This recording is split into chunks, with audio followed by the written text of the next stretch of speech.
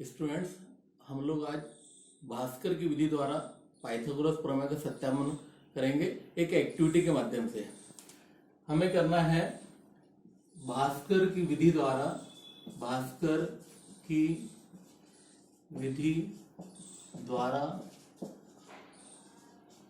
Pythagoras प्रमेय का सत्यापन करना।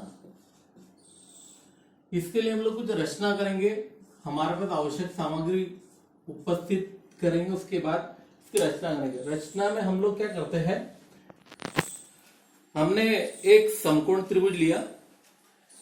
देखिए, उसको एक एक्टिविटी के माध्यम से बताने का प्रयास करें। हम लोग एक समकोण त्रिभुज इस प्रकार से लिया,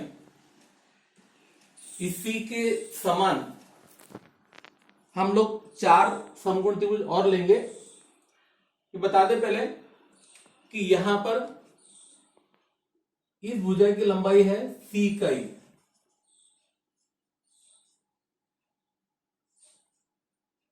इस भुजा की लंबाई है A इकाई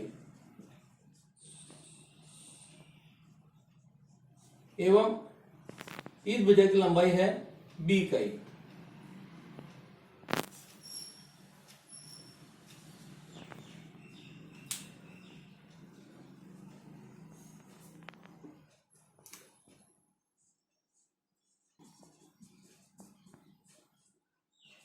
इस प्रकार हमने एक समकोण त्रिभुज लिया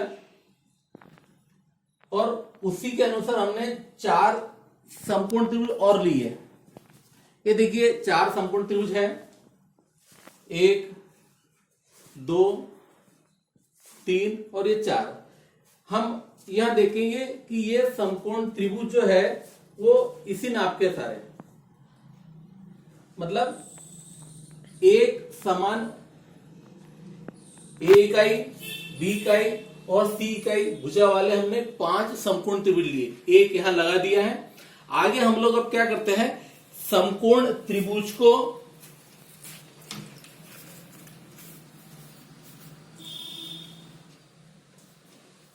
एक वर्ग के रूप में रखने का प्रयास करते हैं।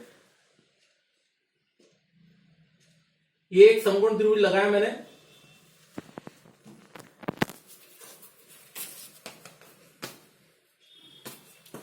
ये दूसरा समकोण त्रिभुज लगाया,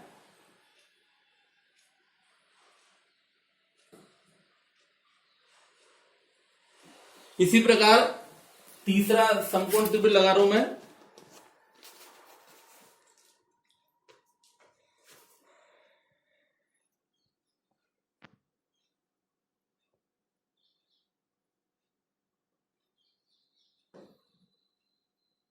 और एक चौथा समकोण त्रिभुज लगा रहा हूं।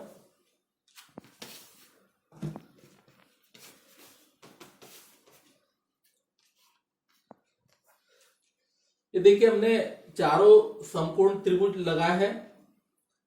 इसमें इस बात का ध्यान रखा गया है कि इनकी जो भुजा है वो C इकाई की भुजा है, अर्थात ये जो आकृति हमें एक प्राप्त हो रहा है, ये जो वर्ग प्राप्त हो रहा है, इस वर्ग की भुजा की लंबाई C है। देख सकते हैं आप लोग, हमें एक C भुजा का वर्ग प्राप्त हो रहा है।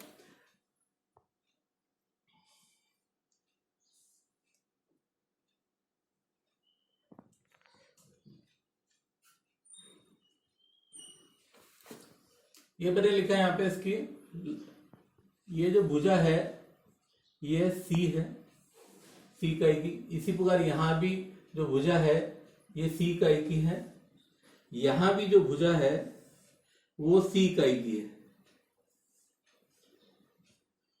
यहां भी जो भुजा है वो C इकाई की है। तो हम यहां ये देख रहे हैं इस एक्टिविटी के माध्यम से कि हमें एक C भुजा का वर्ग प्राप्त होगा। यहां पर एक बीच में एक और वर्ग प्राप्त हो रहा है। पहले हम ये देखते हैं कि इस भुजा की लंबाई, आप देखिए यहां से यहां तक की जो भुजा है, ये जो भुजा है इसकी लंबाई A इकाई है, इसकी लंबाई A इकाई है। और ये जो भुजा दिख रही है यहां से यहां तक की, इसकी लंबाई B इकाई। ये देख लीजिए, यहां से यहां तक की जो भुजा है उसकी लंबाई A इकाई और यहां से यहां तक की जो भुजा है उसकी लंबाई B इकाई। तो ये जो बचा हुआ भाग रहेगा वो कहलाएगा a माइनस बी। तो कहने का तात्पर्य ये है कि हमने जो सी भुजा का एक वर्ग लिया है, उस सी भुजा के वर्ग के अंदर ये 4 समान समकोण त्रिभुज है और उसके अंदर एक और वर्ग मिल रहा है। उस वर्ग की जो लंबाई है, उस वर्ग की भुजा की जो लंबाई है वो a माइनस बी। देख लीजिए यहाँ भी a माइनस बी आ रही है। फिर यहाँ हम देखते हैं तो यहां से यहां तक की भुजा की लंबाई a है और यहां से यहां तक की भुजा की लंबाई b है। तो ये जो यहां भी हम देखेंगे तो इसकी भुजा की लंबाई a माइनस बी है। अर्थात कहने का तात्पर्य है कि हमें अंदर a माइनस बी भुजा का एक वर्ग प्राप्त हो रहा है। अगर हम वर्ग के क्षेत्रफल के सूत्र के आधार पर बताएंगे तो ये पूरी आकृति जो वर्गाकार है जिसकी भुजा सी है, इस पूरे वर्ग का क्षेत्रफल सी स्क्वायर होगा और इसके अंदर जो वर्ग है उसकी जो भुजा है उसकी भुजा a माइनस बी है। तो ये वाले भाग का क्षेत्रफल a माइनस बी होगा। हमने इसके लिए भी एक आकृति बनाई, आप देख लिए थोड़ा।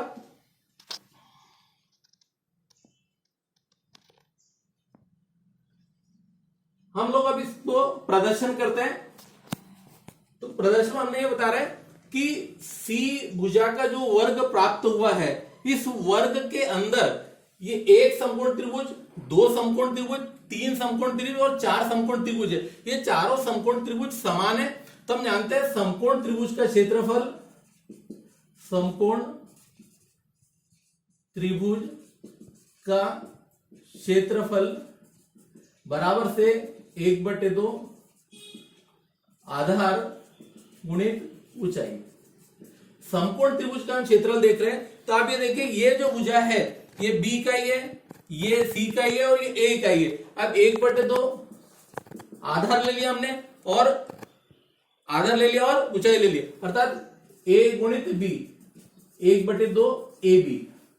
एक समकोण त्रिभुज का क्षेत्रफल 1/2 ए बी वर्ग इकाई है। इस प्रकार हमारे पास कितने समकोण त्रिभुज है? 4 समकोण त्रिभुज है। तो हम ये देखेंगे सी भुजा के वर्ग का क्षेत्रफल बराबर से 4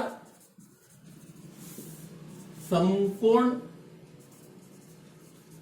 त्रिभुज। ये चारों समकोण त्रिभुज समान है। का क्षेत्रफल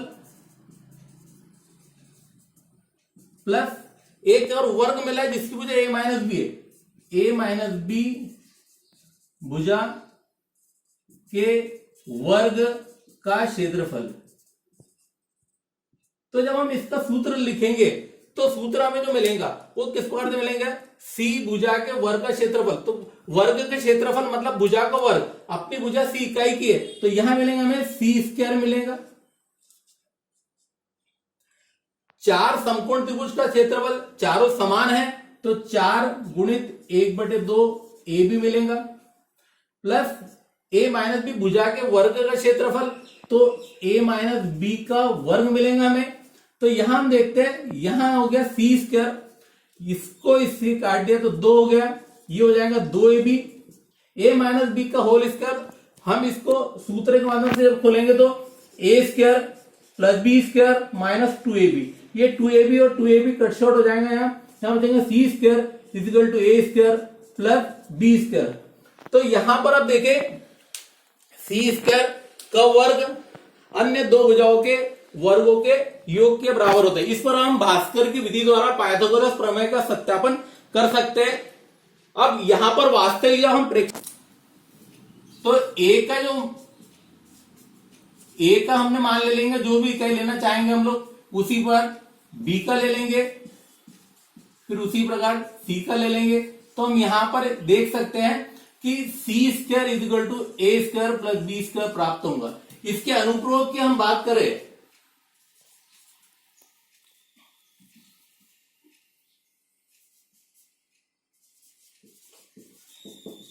तो अनुप्रयोग में हम लोग क्या करते हैं कि किसी समकोण त्रिभुज में अगर समकोण त्रिभुज की 2 भुजा दी है तो हम अन्य भुजा को ज्ञात कर सकते हैं। इस प्रकार पाइथागोरस का प्रमेय इस एक्टिविटी के माध्यम से हम सत्यापित कर सकते हैं।